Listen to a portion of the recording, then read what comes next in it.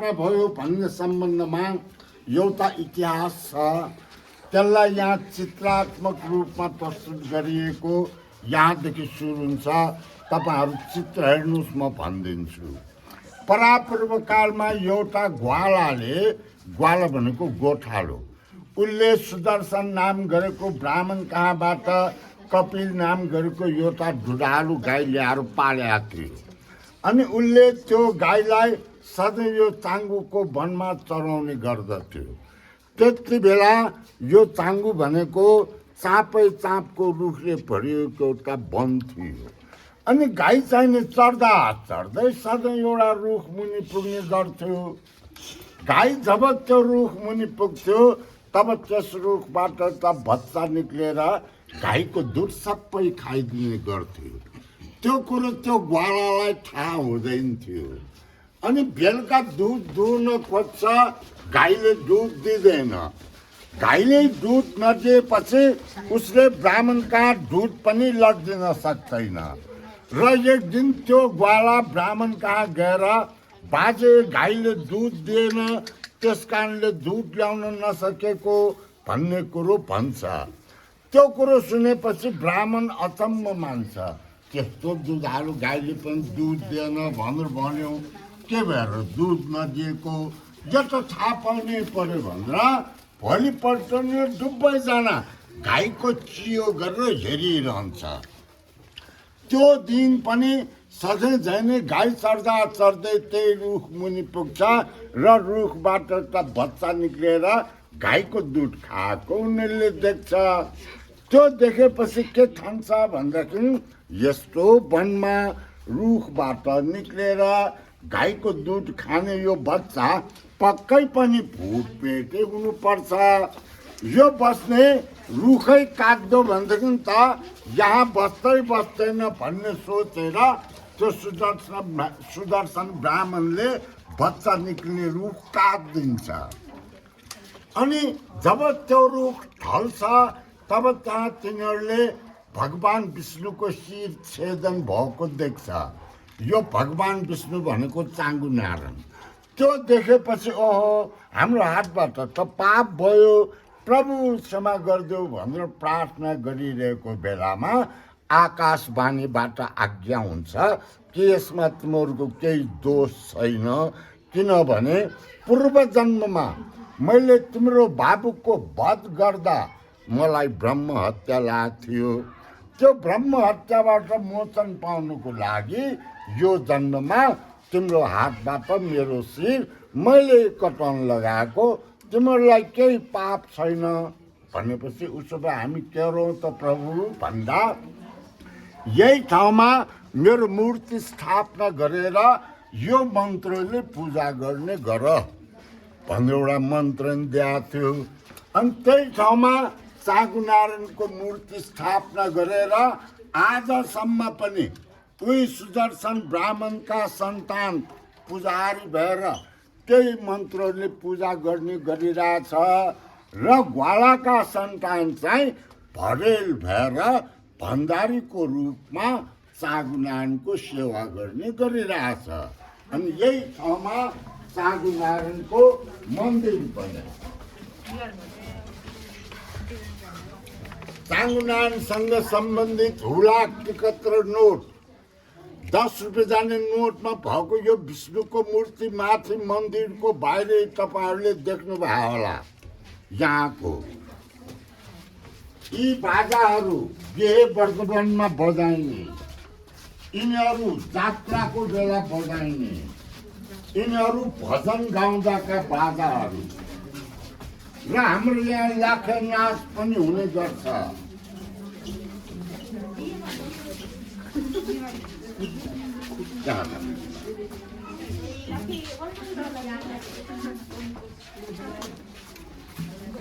Line बस्नु पर्दैन, आउनुहोस् यता आउनुहोस्।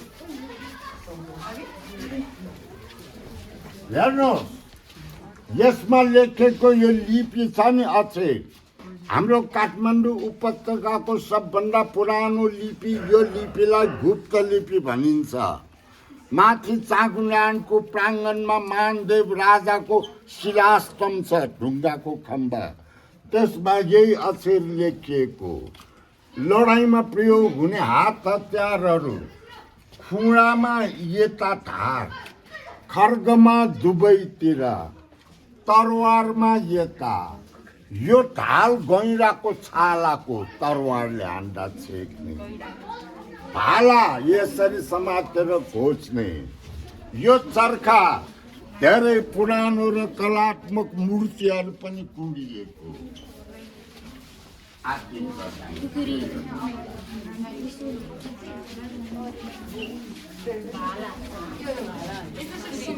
खोज्ने साधन मैले अघि नै भनिनँ यो हेर्ने उतासम्म नजानु सर्कल ठुलो गर्नुहोस्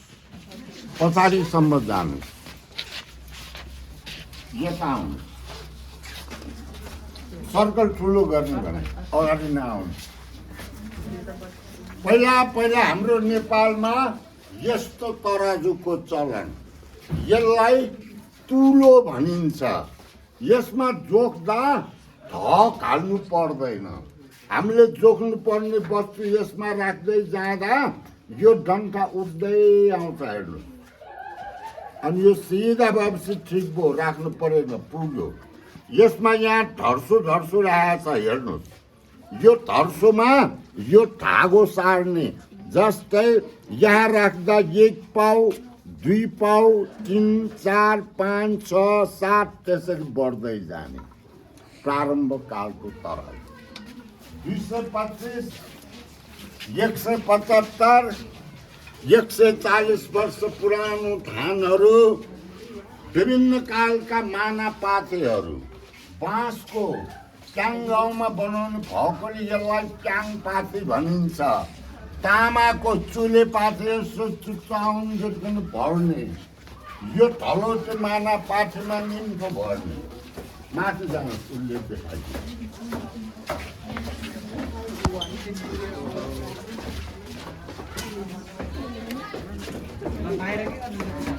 अर्को ग्रुप पठाइदिनु भयो फेरि भनिदिनु ल भानुभक्त मोतीराम भट्टले लगाएको जस्तै टोपी पास्नीमा लाइनी टोपी अनि उताको ढाका टोपी पुरानो कागज पत्रहरू पहिलाको पेन पहिलाको किताबहरू क्यालेन्डरहरू यिनीहरू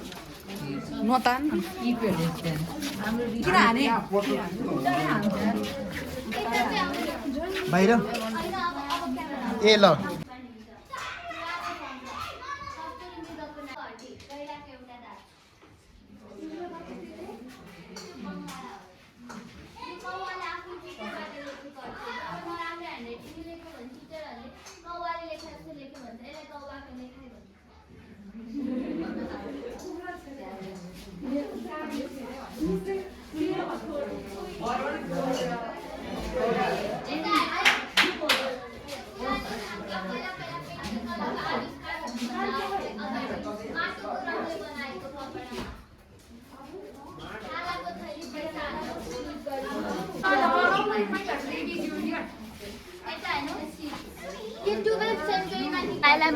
महादेवले निकालेको एकपट्टि देवी एकपट्टि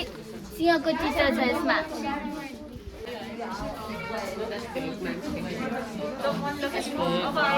यो मल्लकालीनका पैसाहरू काठमाडौँ पाटन भक्तपुरका राजाहरू हुँदाखेरिका पैसाहरू यिनीहरू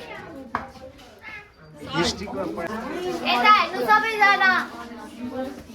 शाहकालीनका पैसाहरू यो सानो टिका जस्तो पैसालाई फुक्का दाम भन्छ फुक गर्नुहुने भनेलाई फुक्का दाम भनेको यो गिनिज बुकमा सुधा रेकर्डेड छ यसमा 400 वटा भयो भने 1 रुपियाँ हुन्छ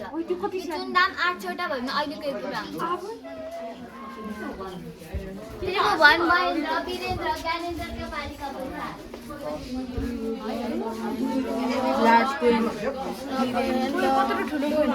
वीरेन्द्रको पालिकामा त यतिका सिक्काहरू निकालेका थिए यता यो 5000 जाने यो 5000 जाने अगाडिको पछाडिको बाघ भएको 1500 जाने अगाडिको पछाडिको गाई भएको 1000 जाने अगाडिको पछाडिको नेपालमा सालको मिटिङ हुँदा निकालेको पैसा ज्ञानेन्द्रको पालमा पनि यतिका पैसाहरू निकालेको थिए यो 2टा स्वर्ण मुद्रा सुनको सिक्का भनिन्छ यसलाई नेपाल सरकारले निकालेका पैसा यो 1 रुपियाँ जाने 2 रुपियाँ जाने निकालेको धेरै भएको छ नि यो नयाँ निकालेको यसमा लिपुलेट पनि राखेको छ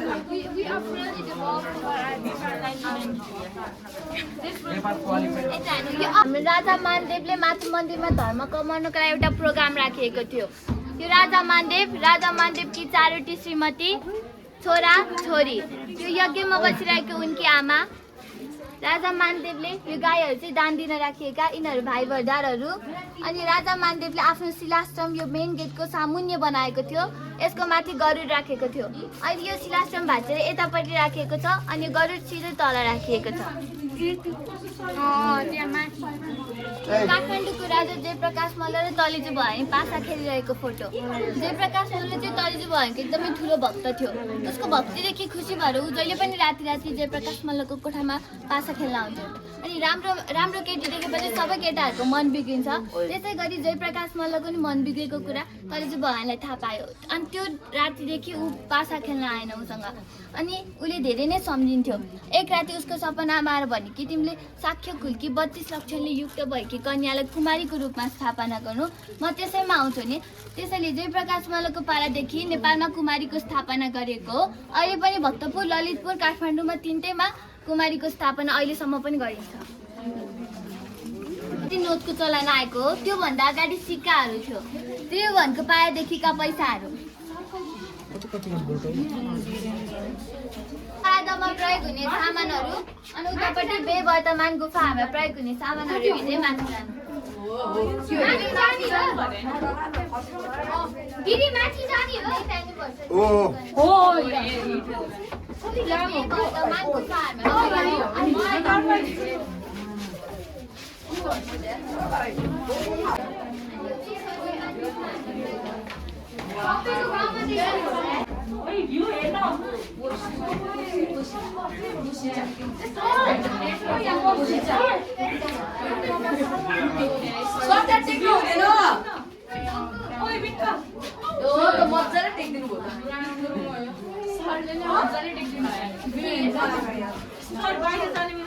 हेलो सर अब जाने हो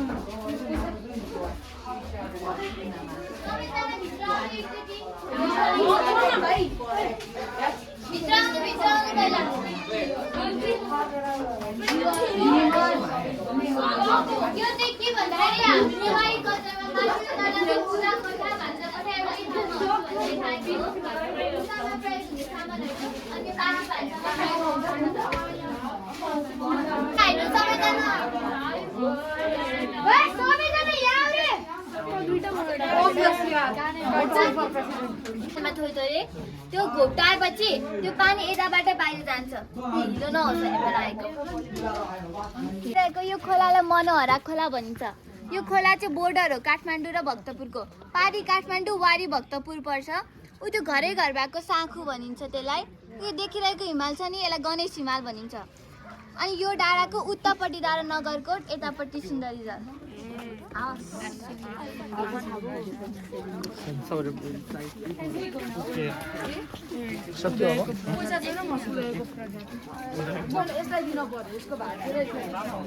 ल जाऊ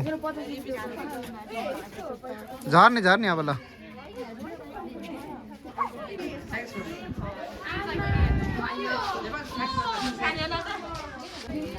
Yes.